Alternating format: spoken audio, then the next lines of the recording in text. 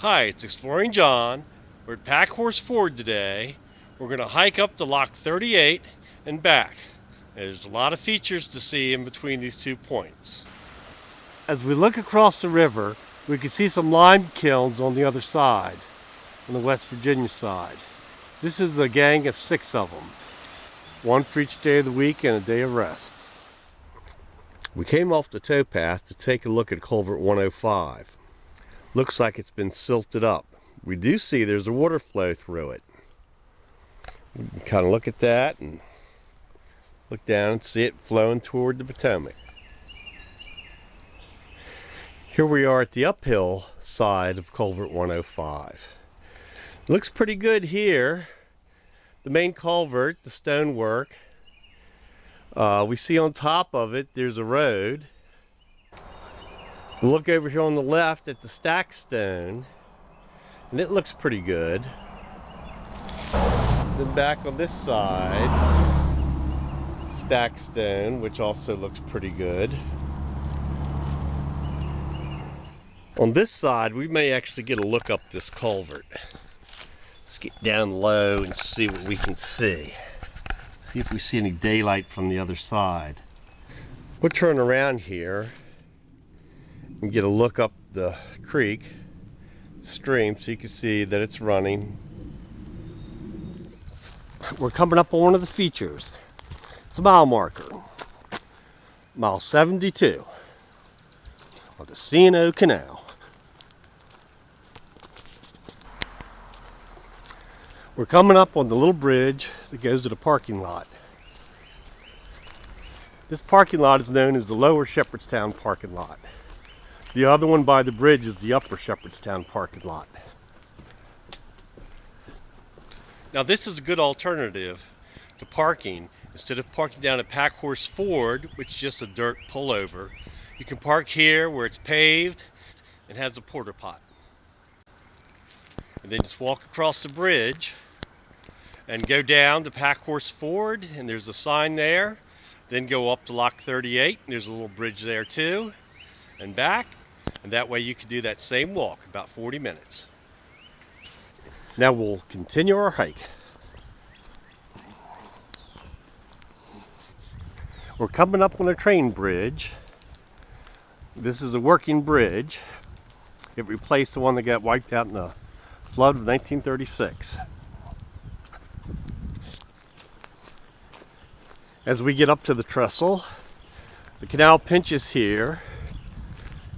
There's a little wall on the right and the pillar on the left, but we'll just go right through. We're coming up on some more pillars across the river. This is where the railroad crossed until the flood of 1936. And as we pass that, we're going to come up on the river lock.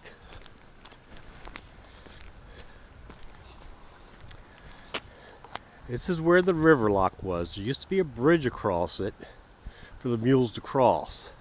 But since it's all closed down, they just dumped dirt here in the middle of the lock and brought the towpath across that. Now we'll move up and look at the lock. Most of the stone in this section is all buried. And it finally pops out of the ground here. We'll walk down through the middle of the lock. This would get us from the Potomac River into the canal.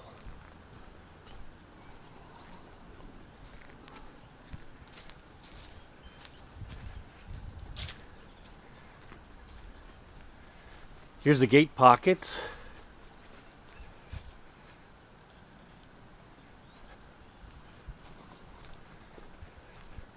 Now it looks like it's a little short of the river, and the river is actually in flood stage.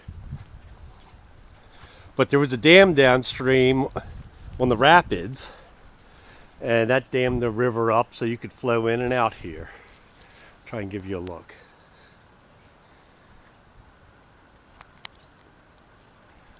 But once that flood hit, took out the dam, it was never rebuilt.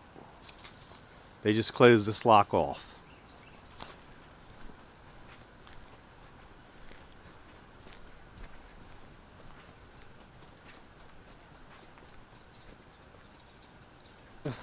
Looking down the river lock.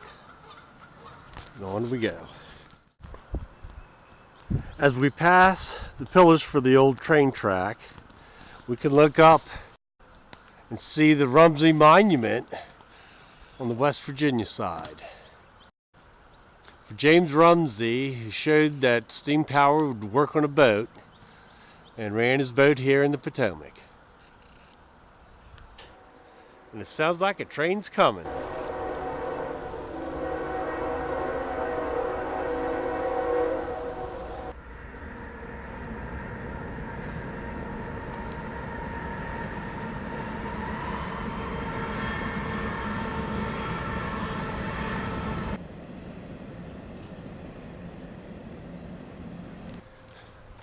We're coming up to the Shepherdstown Lock. There's a lot of things here. There are at one time 3 different bridges that weren't here at the same time, a ferry boat, then the canal and the lock. Here as we come up, we see the pillars from the old bridge.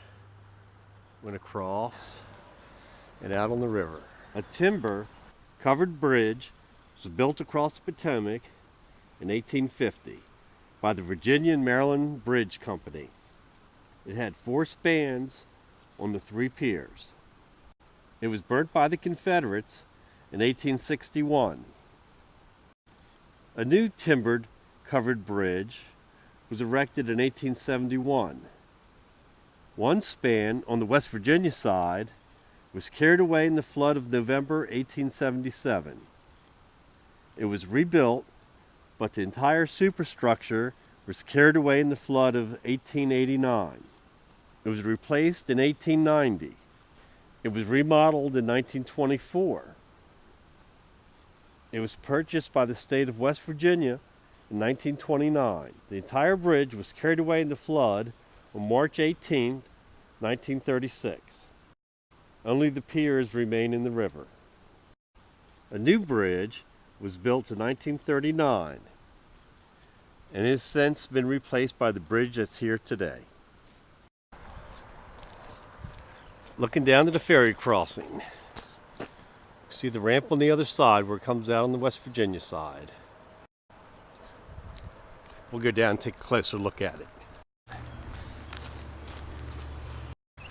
Stone retaining wall. I guess to keep the towpath up. So we come down here to the concrete ramp where the ferry boat would put in. Across to the other side where we can see the ramp over there to take out. As we look to our right, we can see the piers of the old bridge. And then beyond that, the new bridge. Get up here to Lock 38. As we get up to the wooden bridge, it goes to the parking lot at Lock 38. That's our turnaround spot. So we're going to turn around here and go back. That'll give you a view of the parking lot too. But first we're going to look at the historical markers. Here's another one of those Ferry Hill Mobile Tour markers. Has a number you can call, 301-501-5128. And then listen to the different stops. Over here we have a marker for Shepherdstown. And we'll zoom in a little bit and see what we can read. Shepherdstown, a town on the crossroads of history. The next marker is Blackford's Ford. Advance and retreat. All right, here we are on our way back. We're done with our walk. We're back to Packhorse Ford. See you next time. We're at Packhorse Ford today. At the everyone's a critic.